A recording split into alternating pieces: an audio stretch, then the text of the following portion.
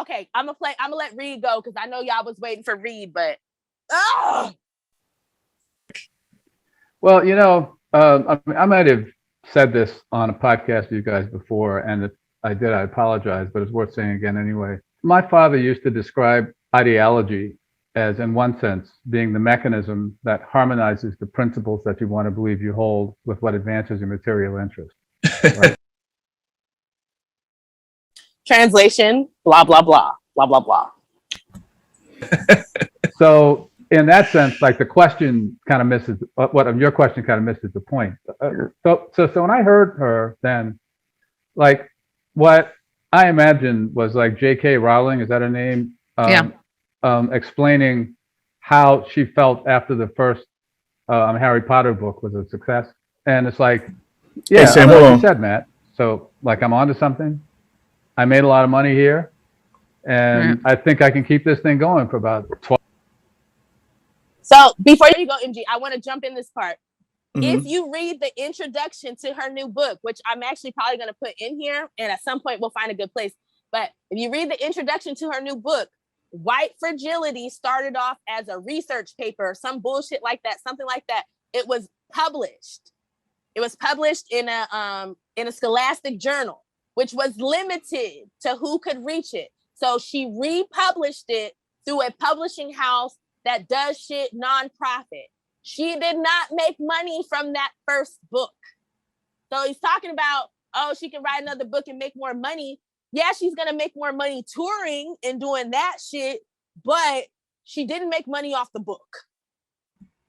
That's an important point to make, Sam. I'm glad you said that. Yeah, that's why I read the books. Reading, fuck that. We can. Reading is fundamental. You know, I read. They're fucking documentary. That's all I need. Visual. They're fucking audiobooks. Robin fucking reads her words to you. God damn, the woman reads to you. Literally. Go ahead, y'all. Go ahead. I'm all right. So actually, MG, why don't you let Mud and John go? Because they've been waiting for Uncle Reed, and you and I've been talking this whole time. All right, go ahead. Niggas. Shit, John, you want to go first, or? Nah, I'm telling you, you got him. I'm gonna get him later. All right, so the thing about this, right? So they're trying to make it seem like she's just hustling. She like this whole thing is like it's poison and well, and it's not even giving like a fair fair assessment of her actual position. Like they haven't even talked about her actual position yet. And I mean, honestly, based off the clip they played, what she said was no different than what Malcolm X has said when he talks about like the fox and the wolf and how like basically he's calling out liberals and like the left because at his time, liberals were considered the left, even though I know nowadays they try to act like it's something different. But he's basically saying like the left smiles in your face and basically stabs you in the back versus, you know, the people on the right, they show you their fangs and let you know that they're against you. Like, so that's basically why it's an issue. Like, that's why these people are worse, because they pretend to be our friends and then they sabotage us. That's what I got. We get that psycho knife, Mud, that in the shower. Go ahead, John. Hey. Go ahead, John. Yeah, man. But yeah, I got, you know, of course I agree with this. You know what I mean? Like, the thing about it is that when it comes to like issues of race and economics, the thing about the left, they always try to say like, well, you fighting against racism ain't gonna make you get you a better house, or it's not gonna, you know what I mean? Like, the thing about it's like, yo, it's kind of like I think Mud said this before, kind of build an alliance with your enemies because y'all both need a house, and then when y'all both get a house, they ain't gonna be your enemies no more. But this not how this ain't how it never worked. This ain't how America worked. We gotta tackle this shit on head on. Like, I don't give a fuck if it make you uncomfortable or the Republican that you're trying to convert uncomfortable. I don't care. We don't care no more. And this is the issue that we got with white progressives. Like, you know what I'm saying? Like it's a lot of shit, man. It's crazy that they love to bring on Uncle Reed, you know what I mean, with a slick back iced tea haircut with with no cocoa. coming on here talking these big ass abstract words, nigga. I don't even know what the fuck, bro. It make no sense. Like then when you cut through the meat of it, it's like you doing class reduction. I'm sorry, I bring it up all the they do it. They do it all the fucking time. It's like, well, somebody drinking dirty water. The reason that we are poor is because of systemic racism. Like it has to do with race. I'm sorry. Like what the fuck you want? So I'm sorry. That's all I got for that. That's all I got. MG, it's you, baby. Yes, and that's fair. That's fair, John. I think we see a lot of class reductionism, and a lot of it is driven by a lot of stuff. For those of you who have not seen the recent airing of Bitter Dose TV, Professor Reed, he kind of as Mud says, lets the cat out of the bag. That there are some neo-Nazi right-wing organizations that are out here trying to build a coalition with the white left, and part of that, part of that Faustian deal is cutting us loose, right? And not talking about our issues, not talking specifically about our issues. White fragility is the left wing's version of that. Critical race theory is the right wing's version of that. And they're trying to trap us in the middle.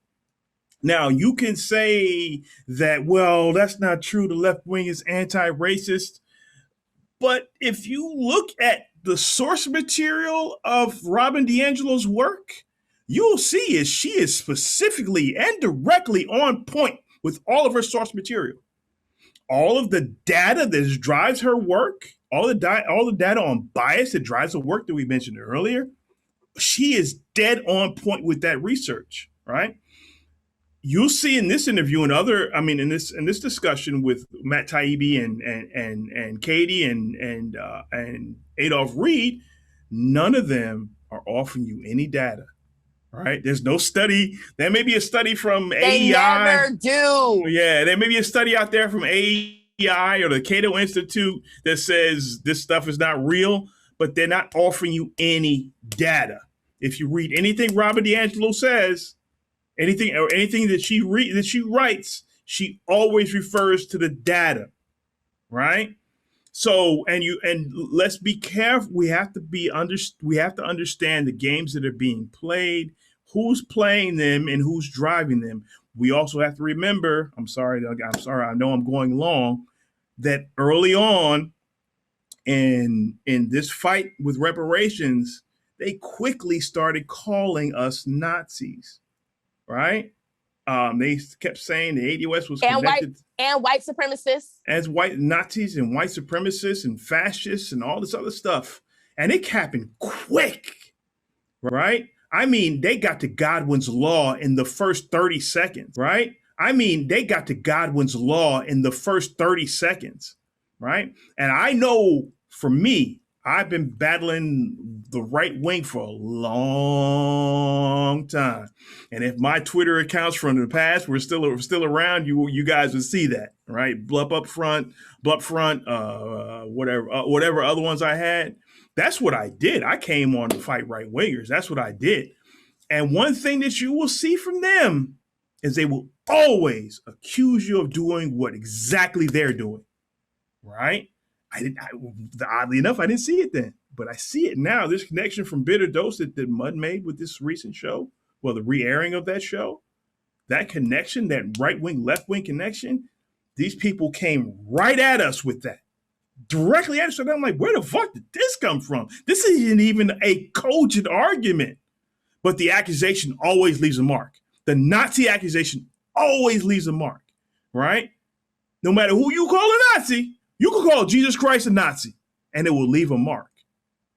That's the point, right? Even if they can just shave off 10 to 20% with that accusation, that's important to them. And it matters. It does matter.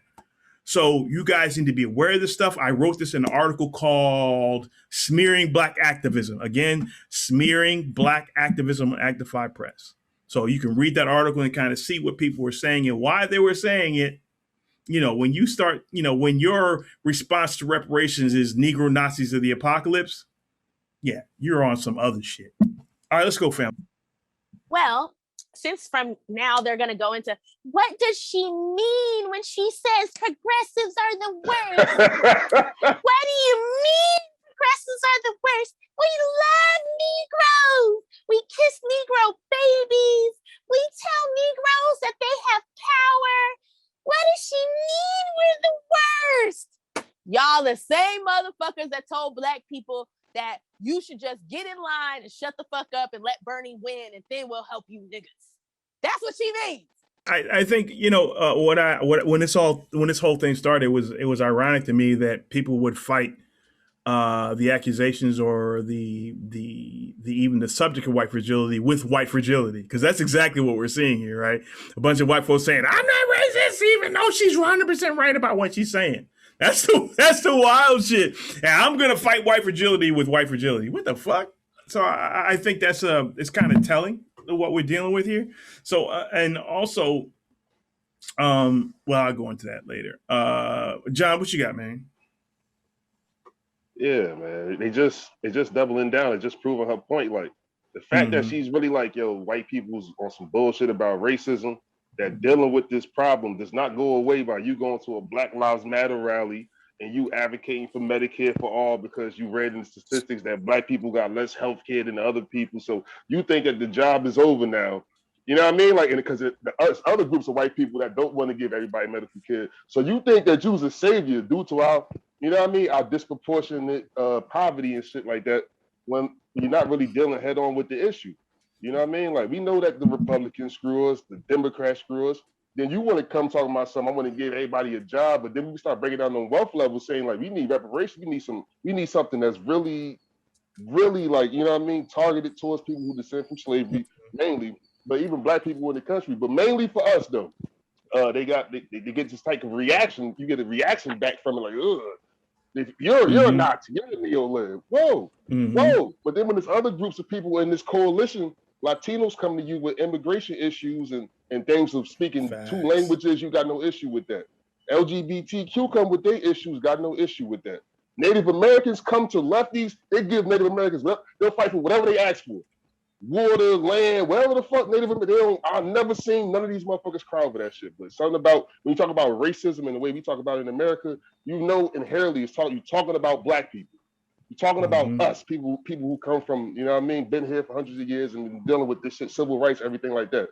And so that's just interesting to see that they on some bullshit. And they brought Uncle Reed on, their favorite Negro with the slick back ponytail. He a throwback Negro. If he had more hair, he'll get his shit caught. He a throwback. Throwback. That's what Paul Moody, one of them is he a throwback nigga. But anyway, like, they bring him on and talk that bullshit. So, so that's all I got on it though. That as usual, that is profound, man. That we're the only people that get this treatment when they come to the coalition or come to build coalition with the left. We're the only ones that get this reflexive, nigga, what? We get you actually want something just for you? Nah. But every other segment of the coalition can come and ask for something just for themselves, even though we're the most important voting bloc in the country when it comes to, especially when it comes to presidential politics. That's important. But talk to the people, man. Yeah, I mean, and they go right to the old playbook of white supremacy, of finding some token Negro to come in and say the shit that you're too afraid to say. So you just lead them to the path that you need them to walk down. And then they say the wild shit. You get to I guess, keep your hands clean, but still have the same effect of, basically downplaying our struggle in this country.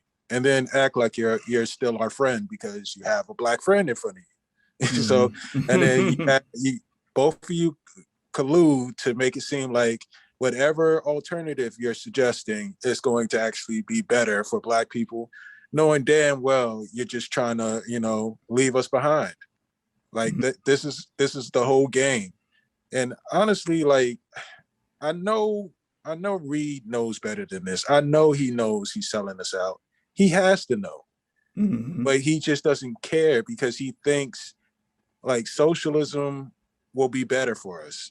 Like, I think he really believes that as long as we find, like, I don't know, some unity at the bottom with poor white workers, that's going to actually lead to a better result for us than actually lifting us up to be on par with all of white society. Like, it doesn't make any sense that the majority of us, like, we have to be like on an equal level with the very bottom of white society. And the reality is that we're beneath them. Like, even when we look at our poor versus their poor, they have more money than us. But I don't know. It's like no one wants to really deal with the reality, because it's going to make everyone have to confront whiteness, and that's what the whole white fragility thing is about. Yeah, you're 100% correct, Mud. Go ahead, Sam.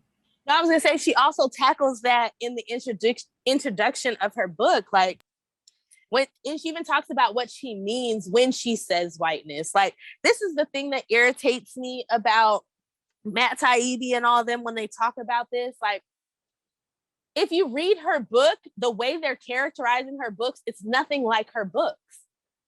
It's like what Mud says in that lectual video. Like, they just make up an argument and then they pretend like people are using this, or like this is what people are saying. Robin DiAngelo's book is not about fixing structural racism. Robin DiAngelo's book is for good white people who want to not offend their Black friends, for good white people who want to learn how to be less problematic. And I hate using the word problematic, but a lot of, even good white people, a lot of y'all can be anti-Black. And then we as your friends have to choose. Do I want to tell them what they said is a problem and it's anti-Black and hurt their feelings? Or am I going to sit here and coddle this white person because I know that they didn't mean anything by it? But if somebody else who was here who wasn't me, they would be offended as fuck. Like, you put us in these weird positions. So it's just, this whole thing is frustrating for me. And I just hate the way that they're talking about this whole situation. I'm glad my computer's back up so I can finish. That's why I said the way that they present her is not the way that it is. Like, I really tell everybody to go and read her book. Like, I say all the time, I don't need your grandmother to stop saying nigger. But if your grandmother decides, like, damn, Black people have had a bad shake, I was raised in a different era, and you know what, I want to do better, but I don't know where to start, then I think your grandma should read White Fragility. And then after that, she should read her second book, Nice Racist. In her books, this woman literally has, so I got the Nice Racist book, which I got on audiobook. She has like a journaling handout. For each chapter, there's questions, there's ways for you to look at stuff. She's literally trying to help people who want to help themselves. And you're basically acting like we're going door to door to white people and forcing them to read her book and take her curriculum. Y'all got anything? Because I'm getting my shit back up. Yeah, I'll just say, go ahead, Mud. Yeah, about them not meaning anything about it, the fucked up part about it is that, like, the main issue is that they don't even have to consider our feelings. Versus in that same scenario, we have to sit there and process everything about how they feel about that situation, because the power dynamics are so fucked up. That's what it's all about. Yeah, and that was one of my biggest beefs with the. I'm sorry, Mud. You done? I'm sorry, Mud. Keep cutting you off. You finished, Mud? I'm sorry. Yes. Okay. Yeah, one of my biggest beefs with this white fragility for jihad when it first started last year was that the book is about, the original book, White Fragility, is about individuals taking a personal journey to dig within themselves and find out how racism has impacted them, and how white people play a role in the status quo. Right. This is about an internal journey that white people could have taken by reading this book, and many people did. And bless you if you read the book, because Robin DiAngelo is on point. Everything is driven by data. Everything is driven by history. So if you haven't read White Fragility, I've read it. If you haven't read it, please go read it. It's an interesting read. And it also forces you to interrogate the role you play in white supremacy. Even if it's a passive role, it is a role, right? As I forget who said it, but the only thing that that evil requires to succeed is for good people to say nothing. I forget who says it. That's paraphrasing, obviously, but that's the reality, right? Because one of the powers of white supremacy, especially in America, is it pushes you into silence, right? That silence is, as black activists often say, that silence becomes violence because you're allowing these things to continue. And again, that was one of my biggest beefs with the left when I started this reparationist journey, was that the left was silent on reparations when the discussion started. But then when they moved quickly from silence to it's a Nazi movement, it's right wingers trying to force this issue on white people, da da da da da. And it's the same way they're treating white fragility. White fragility is about a personal journey of discovering how you as a white individual play a role in white supremacy, right? And we can't fix this country without white people having that, without white people taking that journey. Tim Black talks about it all the time, that the left is recent, and now that he's kind of come in to this space where he's realizing that there is no negotiating with white supremacy on the left. It's either we go at it head on like we do in this show, or we let it run us over, right? Because honestly, we have the Republicans on the right, we have the Democrats in the center, and we have the Bernie left, or whatever the left is going to be now. There is no space for any of us, for Black Americans anywhere, that is fighting for us. People say the Green Party, yeah, but they're really not a factor in American politics. And the Green Party is fighting for reparations for Black people globally, including Haitians who are Latin Americans, including Africans from the continent. They don't know what the fuck they are talking about when it comes to reparations. They are muddying the claim. So even when you say, like, if people are like, well, why don't you vote for the Green Party? They were for reparations. Yeah, but when you actually look at what they call reparations, it's global reparations. The United States is not going to pay Black people globally who have never touched down on this continent. That makes no sense. Mm-hmm. Yeah, and that also goes back to what we talked about one of our previous shows when we were talking about the Fred Hampton Leftons, about there are different Black ethnicities, right? There are different Black ethnicities, and we need to tackle that, because some folks, because of the way immigration has impacted us as Black Americans, people who are not us came here and checked Black in these boxes, and they got uplifted because they were less problematic than us, right? Quote unquote, less problematic than Black Americans, because they don't have the same history, right? And you'll see that all over academia. We'll see that in college admissions. You see all kinds of stuff. They don't want problematic Negroes. White folks don't want problematic Negroes in their spaces, just like the left curates their spaces, right? And some of those folks don't want us to get reparations because we will be lifted up, and their value to those institutions becomes less, right? So we have to be careful who's making these arguments and why. Some of them now, I'm understanding, are kind of going back in those in their resumes and kind of erasing their ties to the Caribbean or continental Africa in order to kind of bury themselves deeper into our heritage so that they don't get wiped out if we get reparations, right? But in the end, they're sitting in a space that they should not have had. It is what it is. You can call me what the fuck you want to, right? They would not have had that space if we were uplifted at those times, right? I don't want anybody to be harmed. I don't want anybody to lose their job. I don't want anybody to lose what they've earned, right? But the reality is, if we were treated as full citizens the whole time, Joyanne Reed should lose her job. Yeah, I can't argue with that one. I wish I could argue with it, but I can't argue with that one, right? Because a lot of these folks who do not have ties to the descendants of slavery in this country, because they don't have ties, they don't give a fuck what happens to us. They see our uplift as their detriment, right? In a lot of ways it is. But we're 90% of the black folks in this country. You're just going to have to deal. It is what it is. And we've been specifically pushed out and they've been uplifted. And, you know, you can say that's anti-immigrant. You say what the fuck, I don't give a fuck what you think about me, right? But this is the reality that we're living with, right? So when you see people talking about our plight in these spaces and they appear to be black, or they're acting as if they're Black American, like Emmanuel Acho, Joyanne Reed, Mark Lamont Hill. Like, can we get some Black Americans to talk Roland about Martin. Black American issues? Roland Martin is another one, right? These folks are not us, but they're speaking. And we can switch genres. Stephen A. Smith, this shit talking ass Caribbean man. Sitting here talking shit about all blacks from all over the diaspora. When he shits on Africans, y'all start talking about Black Americans. That motherfucker ain't ours. Yep. And when he shits on Asians, we just saw that recently, right? He shit on Asians and shit on women.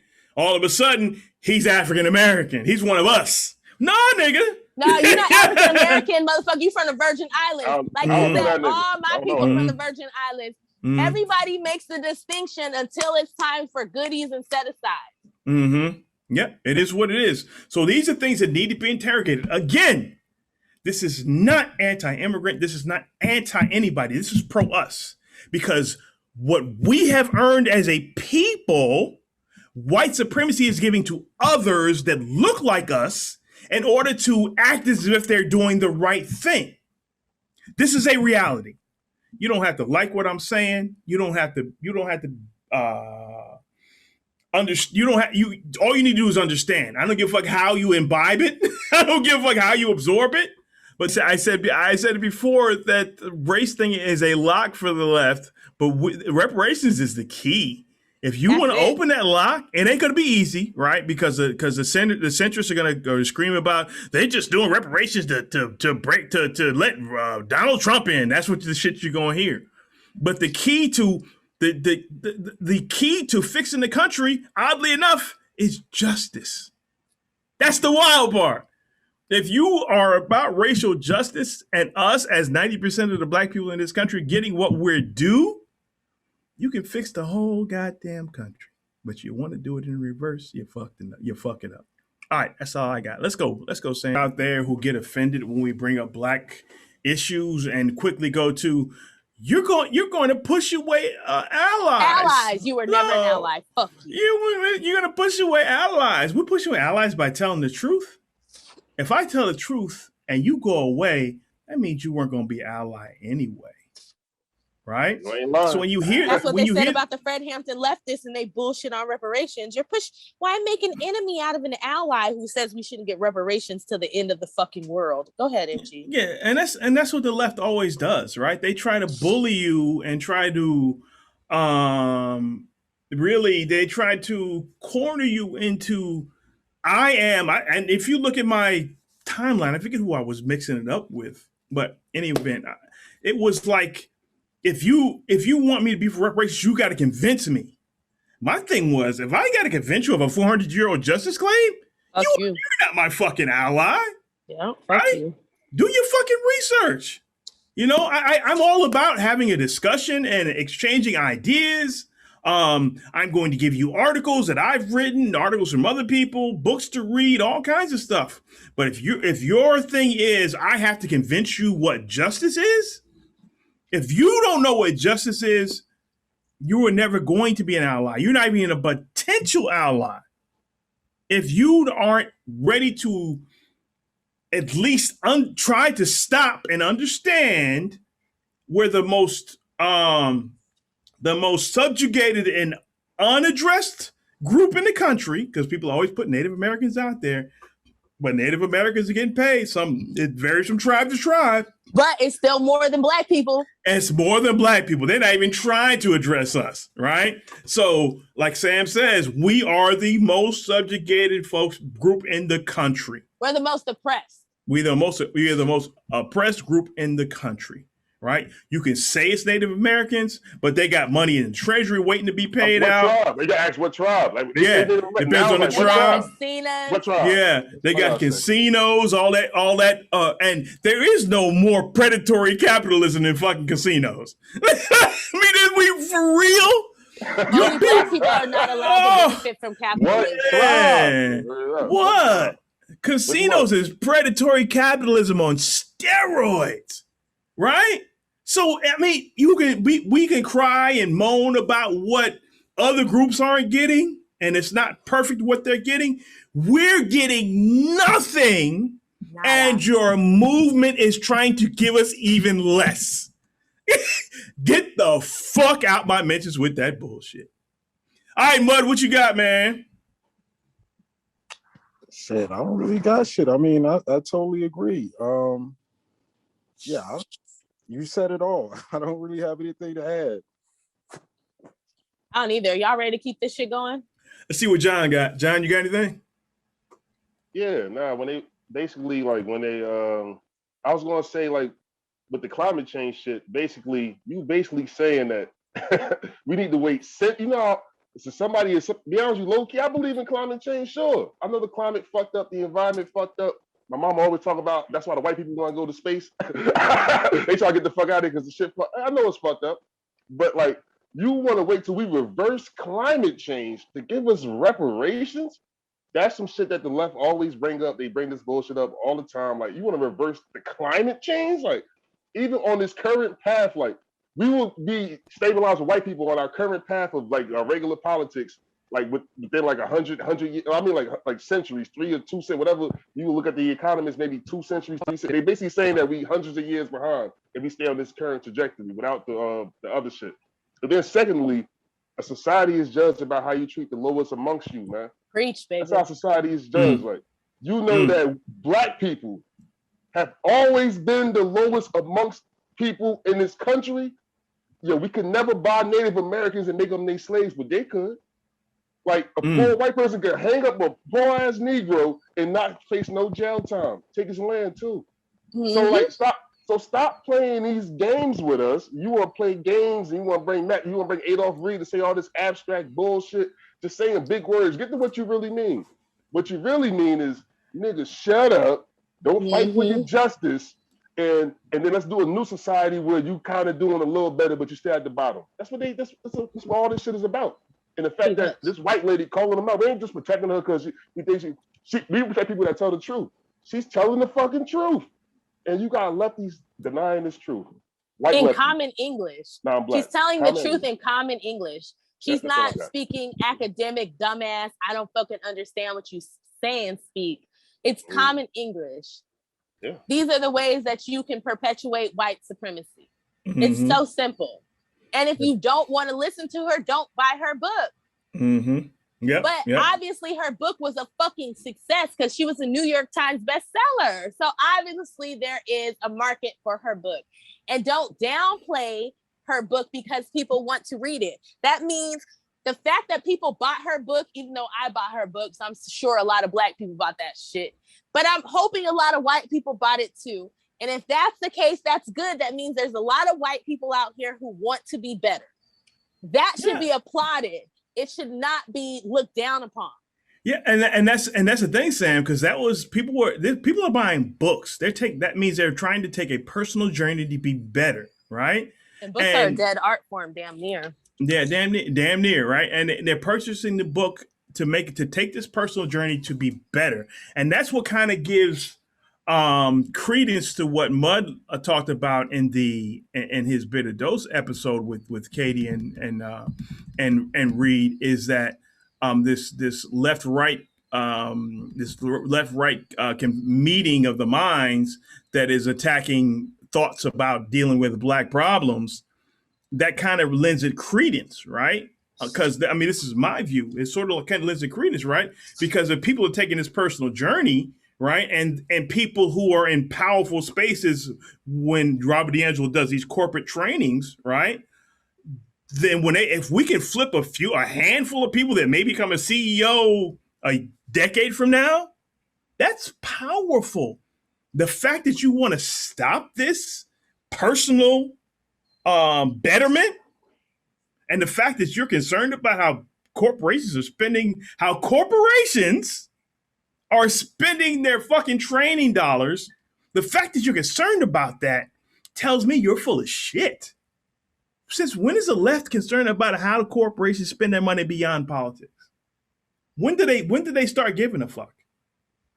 This is manufactured. Go ahead, John. And I'm just saying, but think about this though, MG. That's crazy that you got Matt Taibbi, Katie Helper. These people in the quote unquote far American left for all this wealth redistribution, blah blah blah, but have the same opinion about white fragility that Mitch McConnell or Paul Ryan would have. Absolutely, not for black people. Absolutely, and this is their version of the critical race theory fight. This is their version. Keep going, John. Keep going. I'm like, no, you're right. Keep going. All I want to say is like how the crazy part is that you see how white people work. You see how that shit works. White supremacy stays on code. Keep going, John. They connected. They connecting like Voltron. They connecting like Voltron when it come to issues about black people talking about anti-black shit. They connecting like Voltron. Or the fucking Power Rangers. Libertarians probably like, this is bullshit too. White Democrat, it's pretty much bullshit. But you know what they probably, but they'll all connect like Voltron when it comes to some shit about really talking about our plight or uplifting us. Like they would. We seeing it in real time. Nobody talking about this shit. That's why we got to show my black ass on it. Nah.